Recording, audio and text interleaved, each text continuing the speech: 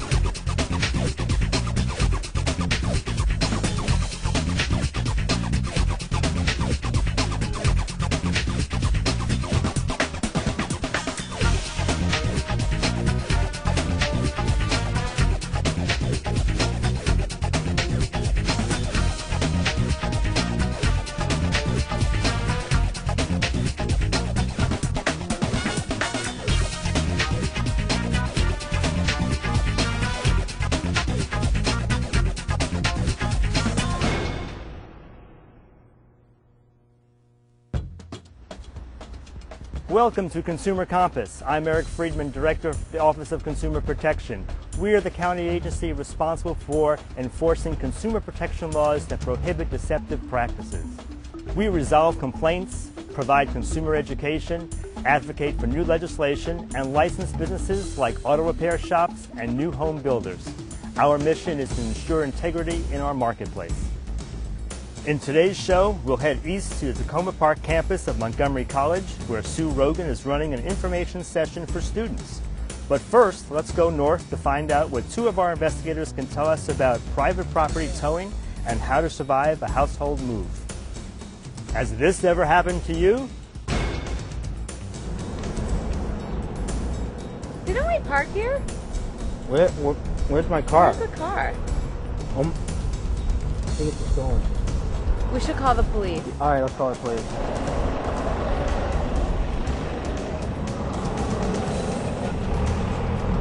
Hello, Montgomery County Police? Yeah, I think my car's been stolen. Okay. The 1997 Mercury Mountaineer. It's burgundy. Oh. Okay. All right, thank you. Bye. It's been towed.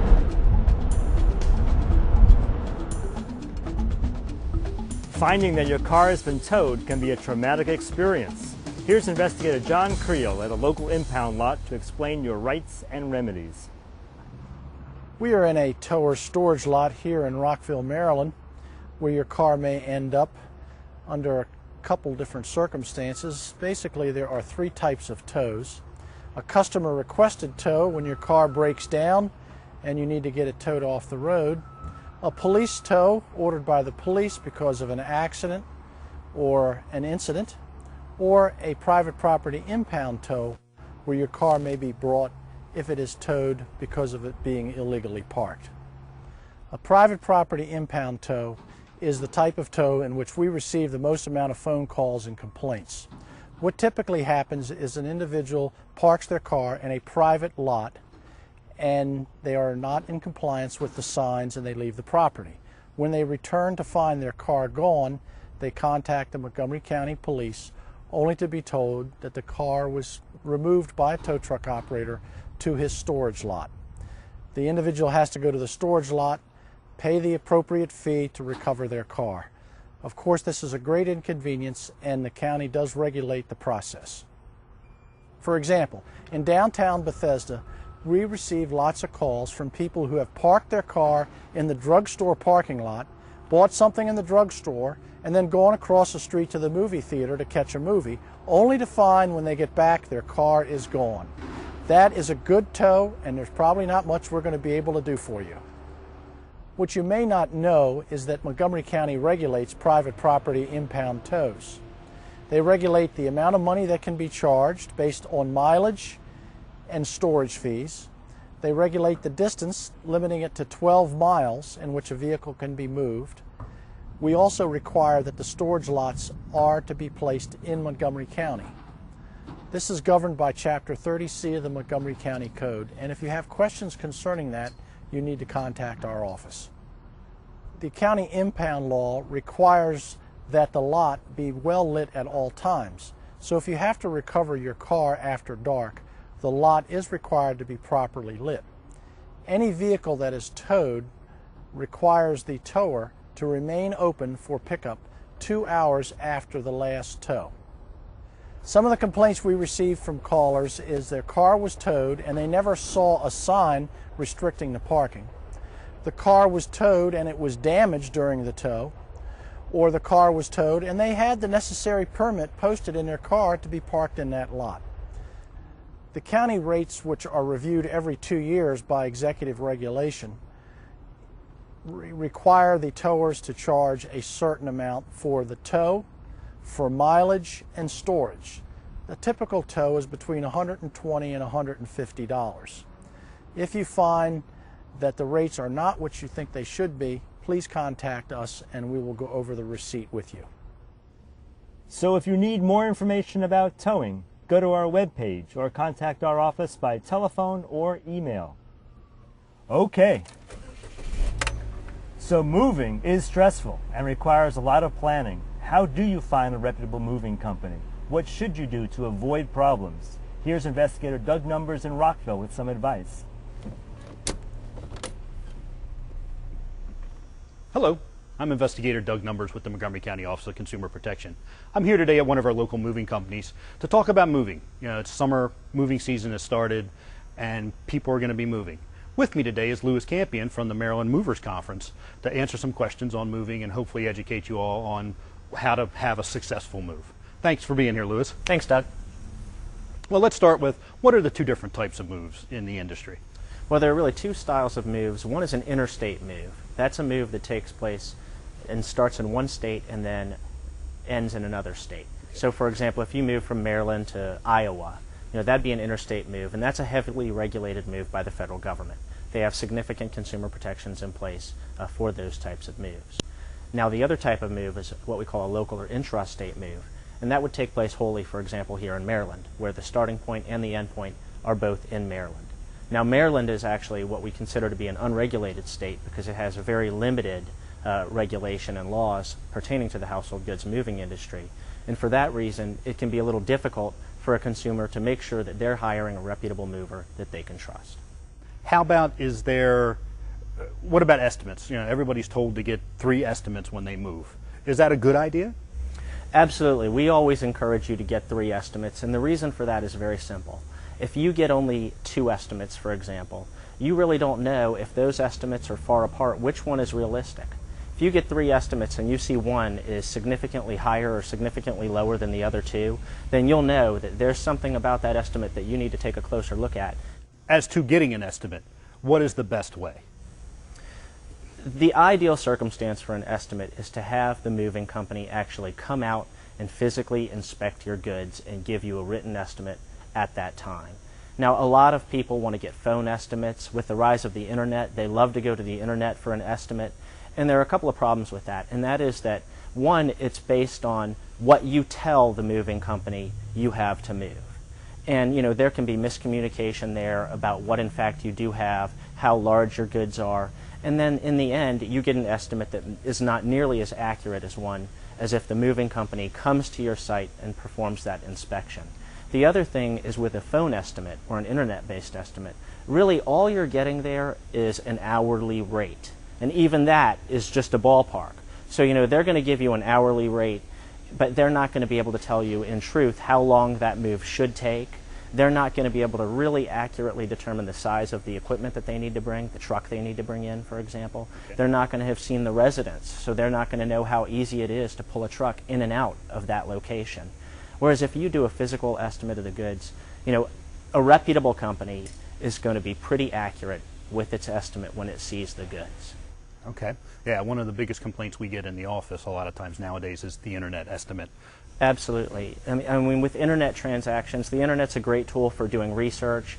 It gives you a lot of exposure to a lot of different companies very easily. Unfortunately, in the moving industry, it's sort of had the reverse effect. The most common tactic for a rogue operator is that they're going to give you a lowball estimate because they want you to book that move with them. They'll give misleading advertising, false promises that aren't consistent with what a reputable company will be offering. Lewis, what's the difference between, say, an estimate and the bill of lading? Great question, Doug. The estimate is actually just a projection of what your costs will be. Now, when a person comes through and they walk through and they give you an estimate, you may say that you're going to pack this item or that item, and then, you may just not get to it. You're busy planning your move, you're getting ready, and so then on the morning of your move, when the movers arrive, you actually haven't signed a contract with them yet. Your contract is your bill of lading, and at that point in time, that moving company is going to walk through, see all of the goods that you have, see what you did pack or that you didn't pack, and then give you the true cost of your move based on what you have or haven't done. That bill of lading, you want to read it because it is your contract, and it's going to specify things like what are the terms and conditions that this move is being performed under, what's the moving company's liability for damages, how long do you have to file a claim. All of those things you want to be familiar with when you sign that bill of lading right before the movers initiate actually moving your goods. So Lewis, how does a consumer go about finding a reputable mover? Well, the easiest thing I can suggest, Doug, is that they actually just go to our website, which is www.mdmovers.org. And there we have a list of several reputable companies, like the ones we're here at today, who are in our registered mover program. Those companies have voluntarily come forward and agreed to sort of hold themselves out to a higher standard. They go through a qualification process. They agree to abide by a code of ethics. Their bills of lading and their other documents are all evaluated to make sure they're in legal compliance. And they agree to adhere to an arbitration program in the event that there's a dispute that a customer and the company can't resolve. Lewis, I want to thank you for coming. You gave wonderful information for consumers on moving. Thanks, Doug. We appreciate it. Also, as Lewis said, you can check out there if you're looking for a reputable mover, but also contact our office, see if we've had any complaints on the mover you're considering. Thanks, Doug. In fact, our website contains a brochure on how to handle a move. Here's a few of the tips.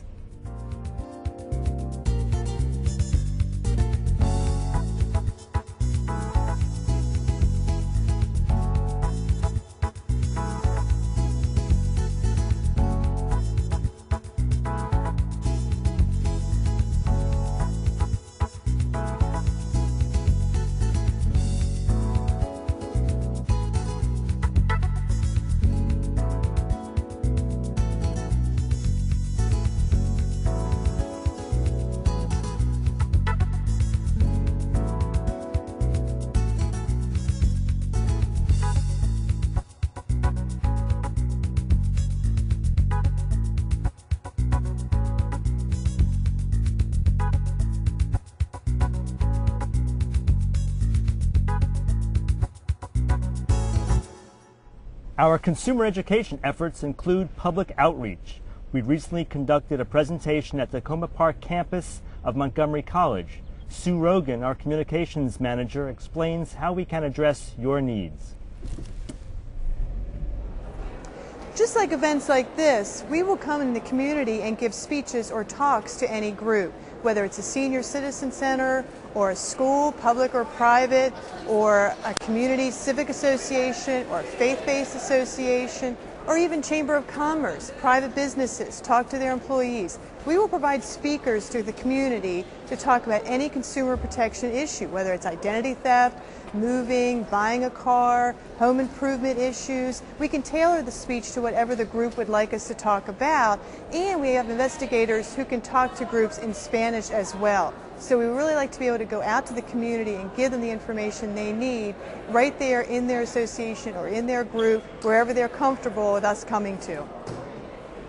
To arrange for a speaker to come talk to your community group, check our website for the different topic areas that you might like us to come out on, and then give us a call. If you could give us 3 to 4 weeks notice, it'd be easier in arranging for someone to come out. But give us a call and we'll get somebody to come talk to your group. Let us know whether you need Spanish speaking or if it's okay in English. Let us know how many people you expect to attend, because we will bring handouts and helpful information to give to the group. Thanks, Sue. Another feature on our website is the Consumer Protection Listserv. Alerts regarding the latest consumer scams are posted here. Signing up is easy. So that's it for this episode of Consumer Compass, dedicated to keeping you pointed in the right direction.